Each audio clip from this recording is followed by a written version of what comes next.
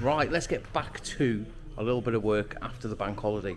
Now I'm halfway making a video on that, which I've come into a problem where I can't get the parts till Wednesday. It is now Tuesday, but I have got a 2017 Ford Transit 2-litre Ecoblue, which has got it's a little bit of a funny noise when you're accelerating, it's going like woo, like a ghost. Woo. I'm crap at special effects, but anyway, it is a turbo failure. Right, now I have never done a turbo on one of these before, so we're going to do it together. Now, it's not hard, it's just all nuts and bolts and remembering where everything goes. First thing that we're going to do is remove this intake and just be extra careful with all these wiring connectors. Right, now with that air pipes now out of the way in the wiring loom, be extra careful. If I get a little pick now, if we go on the impeller, can you see? If I just zoom in a little bit, look how much play we got there. You see it? Got loads of play. Right, let's make a start on getting this turbine off. Right, let's start removing the DPF and Cat out of the way. Now be extra careful because it has got an AdBlue injector in it and you don't want to be damaging that. There's a couple of 13 mils holding the bracket there. Now we can just undo this little bit of a clamp here. Now what I like to do is clean the threads down with a little bit of a wire brush. I'm going to put some Launch Powerlube Plus on it, just so we know we're not snapping it, because last time we wanted stuff snapping on jobs like this. Right, let's get it off. Well, no, let's not take it off, but just pull it back a little bit so we can slide that turbo out when we're ready to take it off. Now with that V-band clamp off the turbo and the two bolts either side, be careful with this DPF, like I said, with the AdBlue injector, because you don't want to be breaking it, and that DPF will just, or DPF Cat, will just wiggle a little bit loose so we can get that heat shield off. Now that is a little bit fiddly to get off.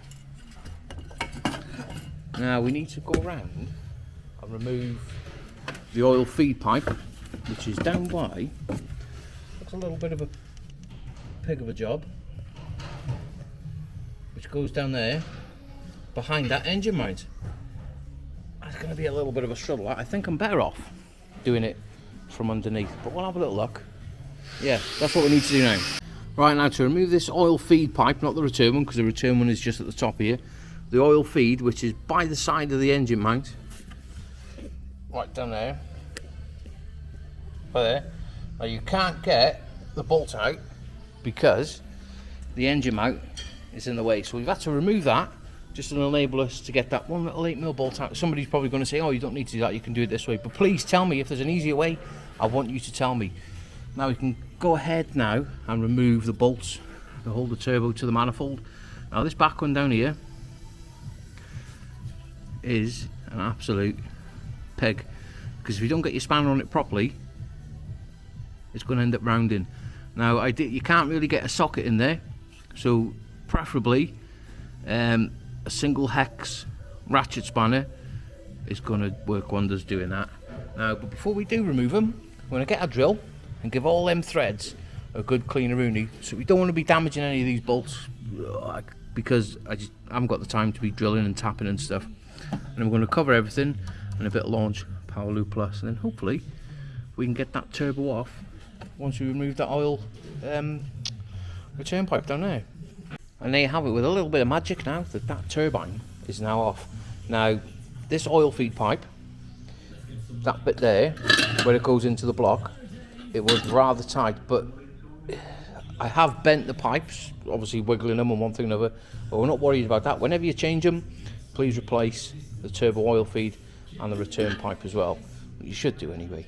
But yeah, if we have a little look inside there now, with the zoom function,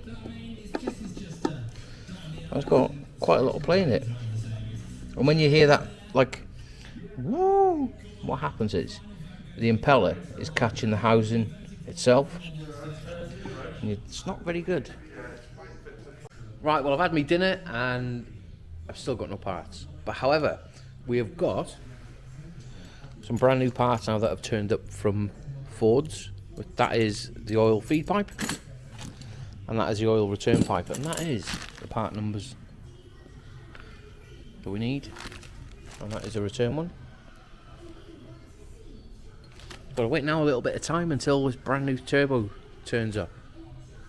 Eventually we have got the brand new remanufactured turbo which has turned up.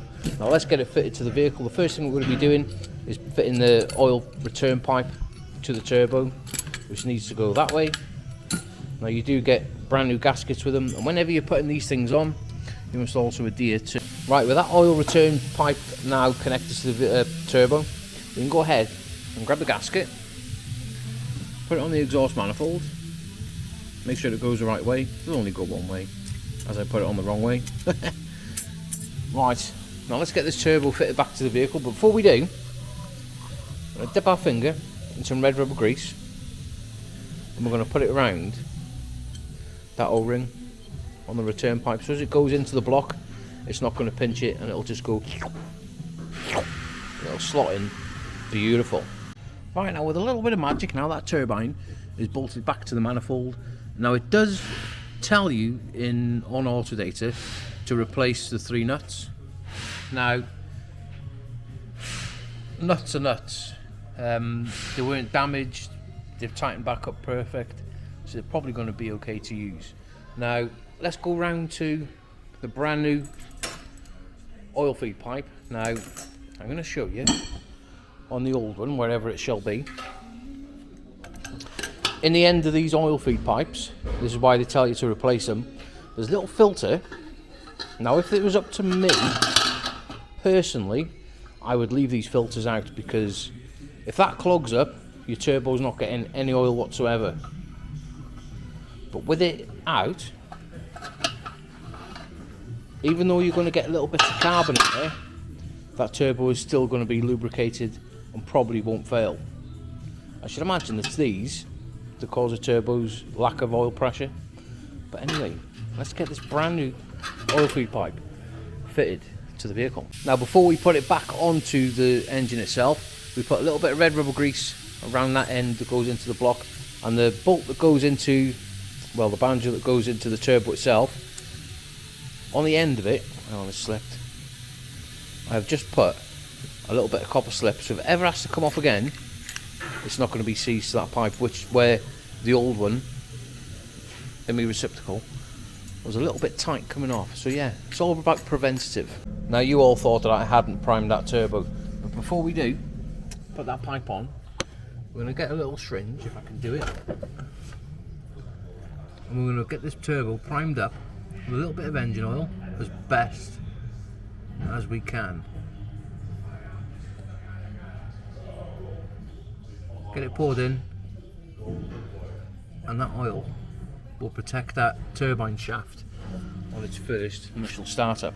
Right, well, due to the time that the turbo got to me, I've had to plod on and get everything bolted back up. But as you can see now, that turbo is on and it looks so much better. Right, we've just got a few little pipes to put on, and then we can jump in the vehicle and give it a big start running. Now, well, everything now is put back together. But before we're going to give it a big start, what I like to do personally is get some brake and clutch cleaner and give that turbo a little bit of a clean down and get an airline and blow it all off, because there's nothing worse when you start it up and you're getting plumes of smoke everywhere and it smells a little bit like oil. Now before we go ahead and start the vehicle, there's a couple of things that should have been done that have already been done, like an oil and filter change. It was done about 2 weeks ago on the vehicle. It's also had a couple of months ago the wet belt change, which I already done a video on this vehicle itself, so we already know that the oil pickup is absolutely perfect. What we're going to do now is just spin the camera around. If we go into, I'll go back, PCM, special functions, powertrain control module, and then reset the turbocharger learned values. Carry out this function if a new variable geometry turbo has been installed, which it has. I'm going to click OK,